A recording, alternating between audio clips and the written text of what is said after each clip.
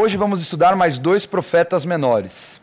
O objetivo destas aulas é facilitar o entendimento da leitura bíblica. Então você leia estes livros e anote os pontos ao longo da aula e também pode rever estas aulas no YouTube, youtube.com/CEAD Profetas no nosso canal. Nós vamos falar hoje de Joel e de Obadias, 2 profetas que ministraram no reino de Judá. Então, nós vamos falar começando do profeta Joel. Vamos lá, Joel, hein? Então, a palavra Joel significa o Senhor é Deus. O Senhor é Deus. Então, ele vai profetizar num intervalo muito mais antigo do que os outros profetas menores. Joel ministrou na época do rei Joás, mais ou menos no intervalo do ano 835 até 805 a.C. Então foi um dos profetas menores, ele foi o mais antigo. Vamos ver agora nesse gráfico o intervalo a qual Joás está. Então o reino de Judá começou com Roboão, em 931.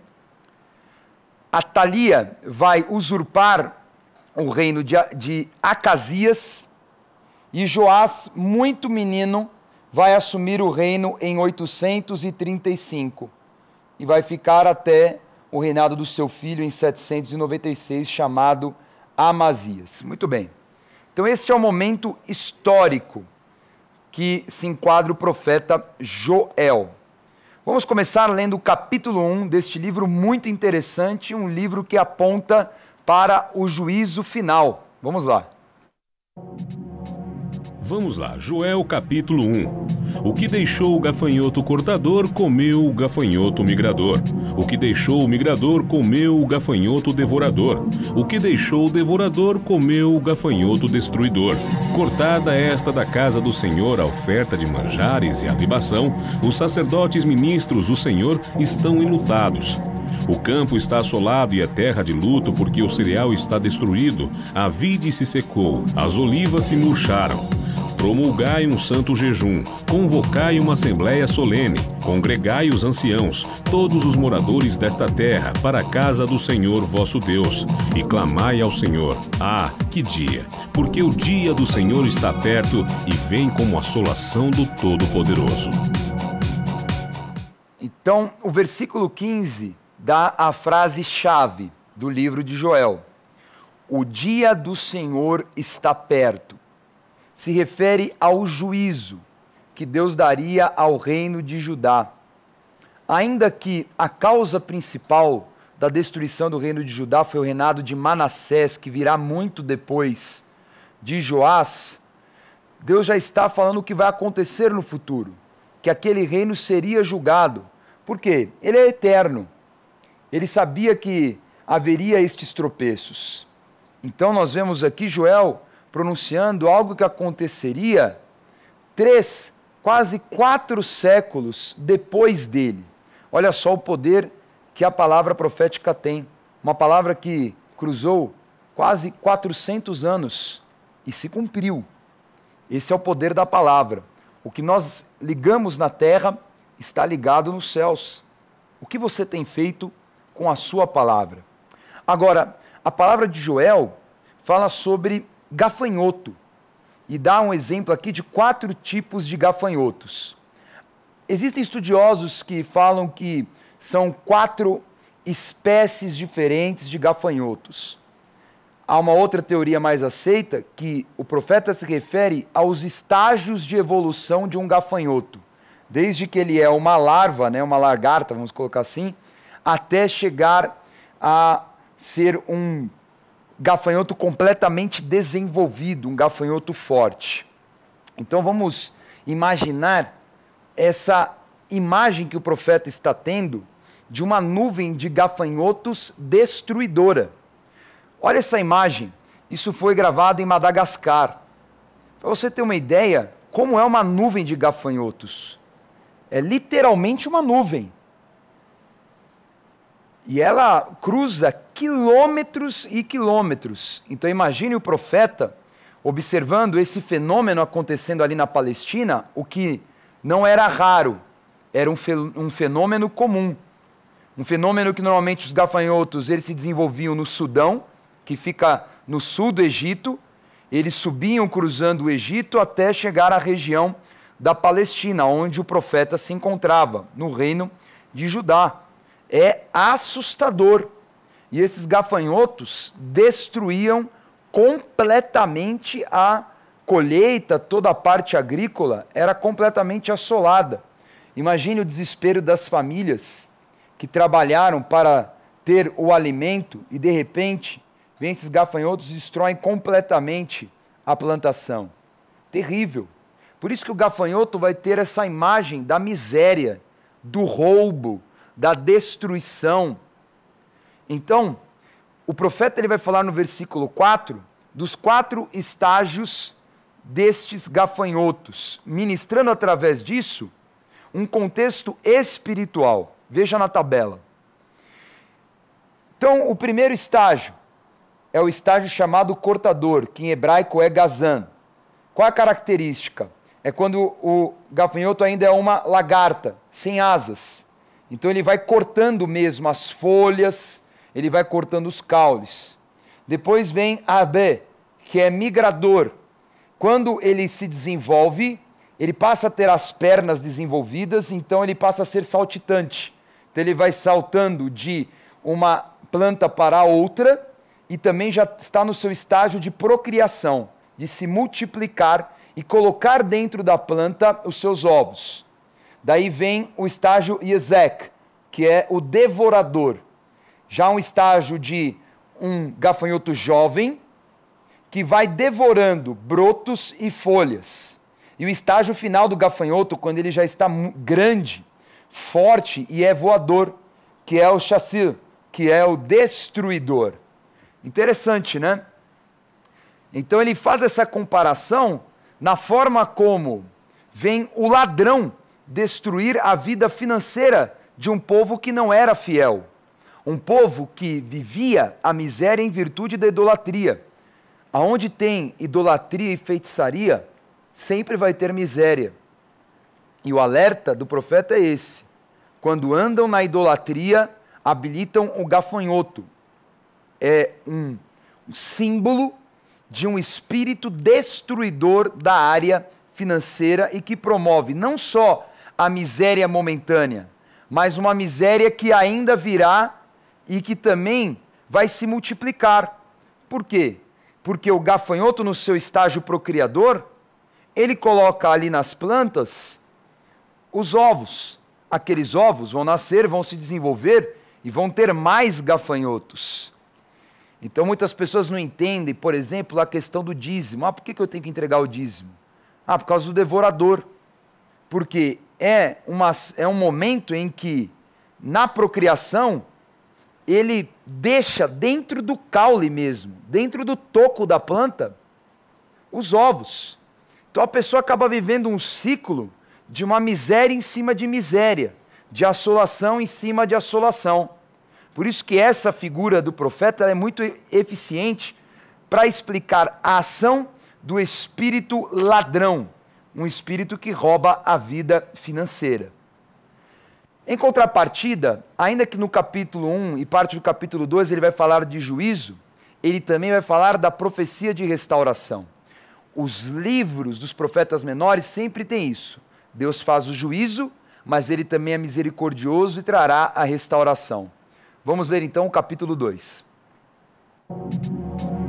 Vamos lá, Joel capítulo 2.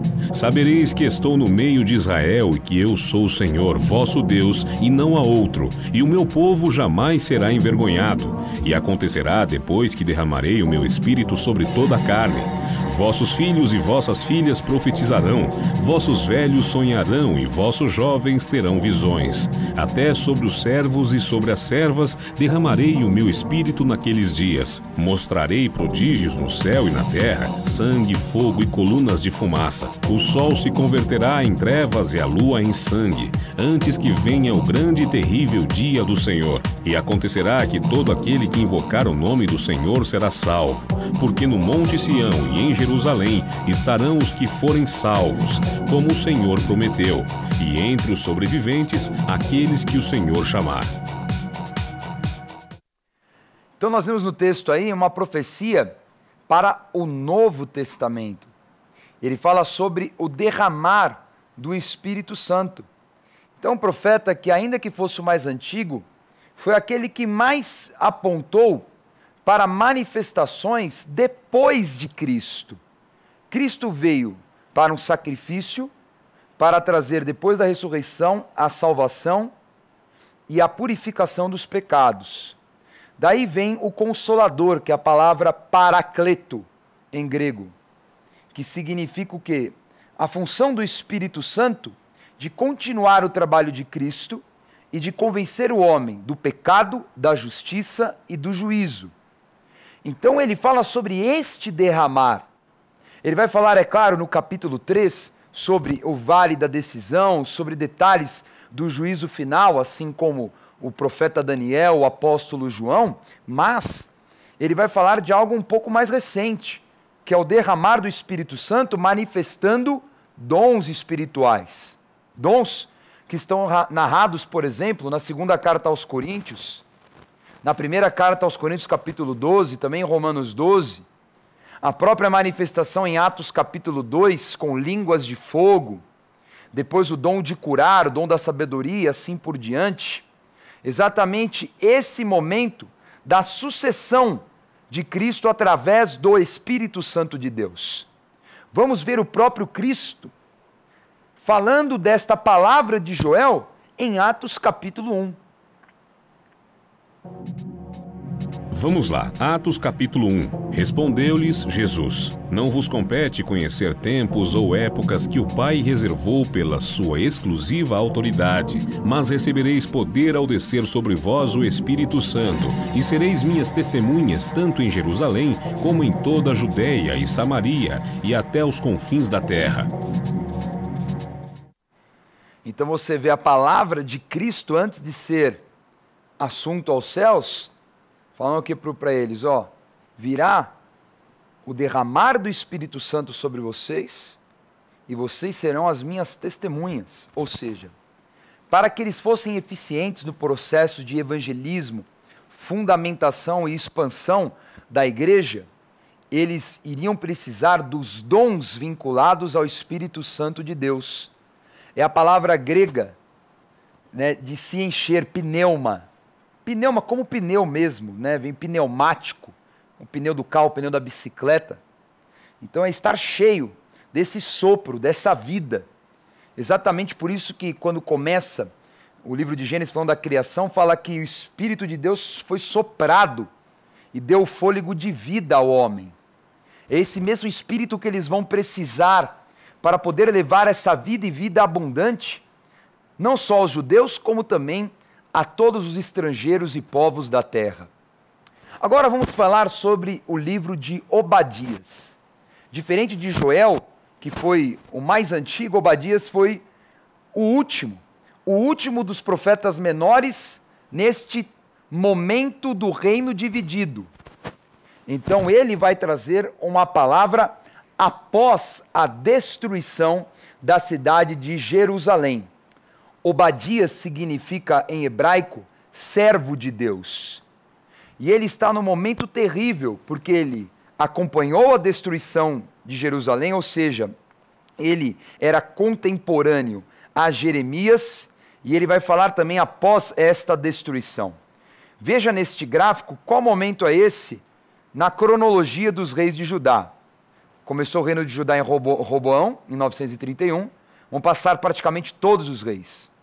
E esses 4 últimos reis, reis terríveis, que vão acompanhar o processo de assolação babilônica, até a destruição completa, a destruição de Jerusalém por Nabucodonosor. Este é o momento de Obadias. E ele fala no livro sobre 4 grandes saques que ocorreram em Jerusalém por parte de um povo terrível, os Edomitas. E pela forma como ele profetiza, muito parecido com Jeremias, acredita-se que este livro foi escrito neste último saque, o saque que foi após a destruição da cidade de Jerusalém. Então, vamos ler o livro de Obadias, que tem apenas um capítulo. Vamos lá, livro de Obadias. Visão de Obadias. Assim diz o Senhor Deus a respeito de Edom. Temos ouvido as novas do Senhor, e às nações foi enviado um mensageiro que disse: levantai-vos e levantemo-nos contra Edom para a guerra. Eis que te fiz pequeno entre as nações, tu és muito desprezado. Porque o dia do Senhor está prestes a vir sobre todas as nações, como tu fizeste, assim se fará contigo. O teu malfeito tornará sobre a tua cabeça. A casa de Jacó será fogo, e a casa de José chama, e a casa de Esaú restolho. Aqueles que incendiarão a este e os consumirão, e ninguém mais restará da casa de Esaú, porque o Senhor o falou. Pelo texto, deu a perceber que também é uma palavra de juízo, de julgamento, de justiça de Deus. Contra quem? Contra um povo inimigo de Israel, alguns estudiosos apontam como o maior inimigo de Israel, chamado Edom. Tanto Jeremias, no capítulo 49, quanto Obadias vão falar uma palavra muito próxima de destruição de Edom, mas assim, de aniquilação, de Edom ser extinto. Ou seja, não existe mais descendente de Edom. Esta palavra é terrível, mas por que isso? Edom tem uma origem histórica muito importante que nós vamos já falar. Lembrando que a palavra Edom, em hebraico, significa vermelho. E ela é originária de Esaú, que também significa vermelho. Veja nesse mapa, a região de Edom é o sul do Mar Morto. E é uma região que é conhecida por pedras da cor vermelha. Essa região que hoje é parte da Jordânia e parte da Arábia Saudita. Então tudo que está em amarelo é Edom. E a cidade mais importante na época é onde atualmente está a cidade de Petra, uma cidade que foi construída em rocha pelas tribos nabateias, tribos que vieram do leste de Edom. Olha só como é interessante essa região sul de Edom. Você vê mais ao norte Berseba, Hebrom e Jerusalém, que é a região do reino de Judá. Este povo foi um povo terrível, um povo que sempre foi inimigo de Israel. Eles são originados de Esaú. Esaú era o irmão mais velho de Jacó. E você sabe, uma história muito antiga, uma briga que eles tinham pela bênção de Isaac, a bênção da primogenitura. E isso não começou só quando eles já estavam adultos. Essa história começou desde que eles estavam na barriga de Rebeca. Vamos relembrar essa história? Gênesis capítulo 25. Vamos lá, Gênesis capítulo 25. Isaac orou ao Senhor por sua mulher, porque ela era estéril, e o Senhor lhe ouviu as orações. E Rebeca, sua mulher, concebeu. Os filhos lutavam no ventre dela, então disse: se é assim, por que vivo eu? E consultou ao Senhor, respondeu-lhe o Senhor: 2 nações há no teu ventre, 2 povos, nascidos de ti, se dividirão. Um povo será mais forte que o outro, e o mais velho servirá ao mais moço. Quais são esses 2 povos? Esaú gerou a Edom e Jacó gerou a Israel, o povo que recebeu a bênção, o povo escolhido de Deus e que seria senhor dos edomitas. Mas isso não significa que os edomitas eram fracos, pelo contrário, eles eram muito fortes e causaram muitos danos ao povo de Israel. Vale lembrar que depois dessa palavra que Deus deu a Rebeca, muitas coisas vão acontecer. Quando eles estão mais velhos, no momento de cansaço, de fome, de desespero, Esaú vendeu a sua primogenitura ao irmão mais novo Jacó para que não morresse de fome. Jacó, é claro, falou: eu quero, me importa essa bênção, porque no mundo espiritual é que as coisas acontecem. e ele sabia que recebendo a bênção no mundo espiritual, estaria habilitado a receber toda a herança, porque o primogênito tinha direito a uma herança maior do que o mais novo. E exatamente isso que vai acontecer. Em uma manobra arquitetada por Rebeca no capítulo 27 de Gênesis, Jacó engana o seu pai e consegue a bênção da primogenitura. Mas aí no capítulo 8 ele foge, porque Esaú estava decidido a matá-lo. Passam-se os anos, Jacó ele passa por uma transformação de caráter profunda, ele passa a ser realmente o povo escolhido de Deus, seu nome muda para Israel, e no capítulo 33 ele deixa de fugir de Esaú e faz uma aliança de paz entre os dois, porque não quer dizer que esses povos vão viver em paz, pelo contrário, eles vão viver durante toda a antiguidade em profunda guerra. Muito bem, nós estamos vendo aqui também que no Novo Testamento vai acontecer o cumprimento da palavra profética, porque os edomitas eles serão aniquilados pelos romanos. Mas antes disso, há uma figura muito interessante que vem de Edom. O nome é Herodes, o grande rei Herodes, que veio antes de Cristo, porque tiveram muitos outros Herodes depois da própria família. Esse Herodes chamado Grande, que vem por volta do ano 60 a.C., ele vai ser muito importante porque ele construiu as cidades romanas mais importantes na Palestina, como a própria Cesareia Marítima, como Massada, que é a fortaleza, e outros locais em que ele foi responsável porque ele foi um rei colocado pelos romanos da Palestina. Herodes tinha uma origem muito interessante, ele era meio judeu e meio idumeu. Idumeu é a palavra grega para Edom. Então ele tinha pai edomita, mas ele também tinha sangue judeu. A manobra dos romanos era colocar uma figura política ali que dominasse a região e que tinha algum laço com os judeus, mas também tinha um laço idumeu. E esse Herodes é terrível, porque esse Herodes que vai desejar a morte do Messias. E ele vai exterminar muitas crianças inocentes no momento em que Jesus nasce ali em Belém e acaba se refugiando no Egito. Então você vê esse espírito de ódio de Edom na própria figura de Herodes.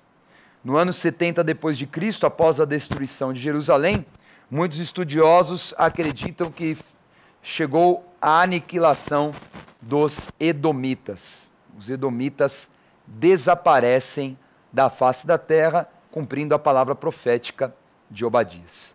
Espero que você tenha entendido melhor tanto o livro de Joel como o livro de Obadias, continuando nosso estudo dos profetas menores. Antes de nós revisarmos, quero dar a dica Gospel Bay de hoje, que é a Bíblia Apostólica, anotada pelo servo de Deus, apóstolo Estevam Hernandes. Esta Bíblia, com linda capa de couro marrom, ela tem mais de 5.000 notas de referência, com referências históricas, revelações, que vai ajudar muito a você entender a Bíblia. Tanto aquele que está começando agora a caminhar com Cristo, que nunca estudou a Bíblia, como também aquele que já é estudioso há muito tempo. Tem mapas coloridos, tabelas históricas, dicionário, 40 perfis de personagens, os personagens mais famosos, 40 ministrações de oferta e 40 estudos especiais. Esta Bíblia é uma Bíblia de estudos completíssima.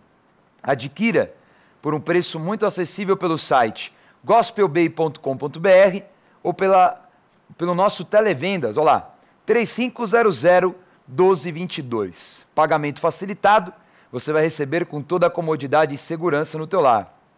Gospel Bay é a loja virtual da Rede Gospel de televisão. Nova loja Gospel Bay. Os seus artigos preferidos agora estão ainda mais acessíveis no site gospelbay.com.br. Mais ágil, mais simples e mais seguro. Acesse agora mesmo o novo site gospelbay.com.br e boas compras. Vamos revisar os dois profetas, Joel e Obadias. Na aula de hoje, estudamos mais dois profetas menores, com atuação no reino de Judá. Primeiro, estudamos Joel, profeta que ministrou durante o reinado de Joás, no ano de 853 a.C. Basicamente, anunciou o dia do juízo de Judá e profetizou o derramar do Espírito Santo, fato que aconteceu no Pentecostes, em Atos 2. Também estudamos livro curto de Obadias, que anunciou a destruição de um dos maiores inimigos de Israel, Edom, os descendentes de Esaú. Tome nota da agenda do programa Escola de Profetas. Não perca a oportunidade de se aperfeiçoar mais no conhecimento da Palavra de Deus e desenvolver seu ministério. Participe dos cursos do Centro de Estudos Apostólico. Para mais informações, acesse ceaapostólico.com.br ou entre em contato pelo telefone 11 3203 0641.